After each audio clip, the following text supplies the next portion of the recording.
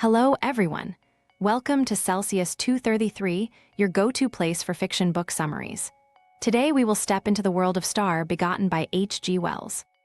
Star-Begotten is a 1937 science fiction novel by H.G. Wells, one of the key figures in the development of speculative fiction. Set in a time of growing interest in extraterrestrial life and cosmic science, Star-Begotten explores the idea of human minds being altered by Martians through cosmic rays, subtly influencing and evolving humanity. The novel blends Wells' classic interest in science with philosophical musings on human existence, societal change, and paranoia.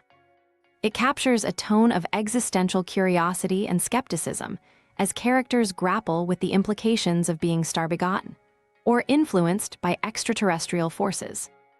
Plot summary: Joseph Davis, a historian and writer, led a life of intellectual pursuit, content in his observations of history and human nature. His mind, however, was increasingly troubled by a growing sense of uncertainty.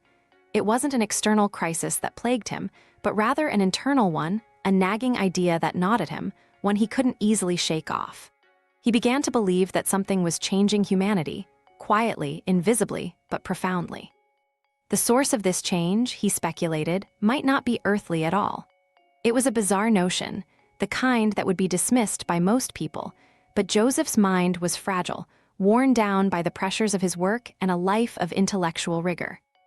The idea struck him during a conversation at the Planetarium Club, a place where he often retreated to engage in discussions about science, society, and the workings of the universe.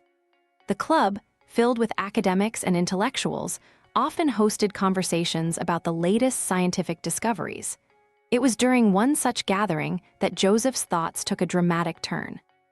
A discussion about cosmic rays, the invisible particles that constantly bombard the Earth from outer space, sparked a strange idea in his mind. These rays, capable of penetrating matter, might, Joseph thought, also be capable of penetrating minds. And what if they weren't just random particles, but deliberate influences sent by beings from Mars? The notion that cosmic rays could be altering human consciousness lodged itself firmly in Joseph's thoughts. This idea unsettled him deeply.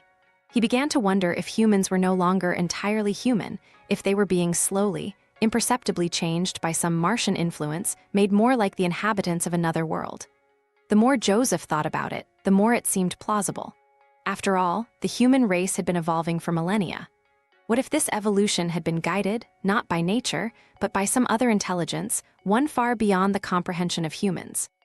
What if, instead of simply observing human life, the Martians were subtly manipulating it, shaping humanity to better suit their own purposes? Joseph's musings took on a more personal nature when he looked at his wife, Mary. She was pregnant, and with this impending arrival, Joseph's fears about the future intensified. He began to see Mary's behavior in a different light. Was her growing detachment from him part of this alien influence? Was the child she carried entirely human, or was it somehow different, star-begotten, shaped by forces from another world? He struggled with these questions, but Mary offered no solace. Her calm, quiet demeanor only added to his sense of unease. She seemed unchanged, unbothered by the strange forces that Joseph believed were at work. This, in turn, made him feel even more isolated, as though he were the only one who could see the truth. Joseph sought reassurance from Dr. Holdman Stedding, the doctor overseeing Mary's pregnancy. Stedding, a practical man, dismissed Joseph's concerns as the overactive imagination of a man under stress. The child was healthy, he insisted, and there was no reason to worry. But Joseph could not be comforted by such reassurances. The doctor's calm dismissal of his fears only deepened his conviction that something extraordinary was happening, something beyond the reach of normal understanding. His thoughts began to spiral further into paranoia. He considered the idea that the Martians, far more advanced than humanity, might not need to physically invade Earth, as in old tales of interplanetary conquest. Instead, they could achieve their goals by changing humanity from within, making the race Martian in mind and spirit, if not in body. The cosmic rays, Joseph reasoned, were the Martians' method of quietly infiltrating human life, altering thoughts, feelings, and even genetics over time. As these ideas consumed him, Joseph's behavior began to change. His work, once his refuge, now felt pointless. How could he continue writing about history when the future of humanity seemed so uncertain? when the very nature of human life might be shifting into something alien? His sense of purpose was eroding, and his connection to the world around him was fraying. He no longer trusted his own perceptions, unsure whether what he saw and felt was real or a result of the changes he suspected were occurring.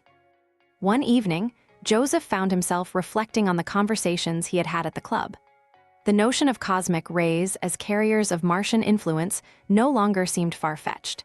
He began to think about mutations, the small, often imperceptible changes that occur in nature over time. Could these cosmic rays be responsible for the mutations that scientists observed in human genetics?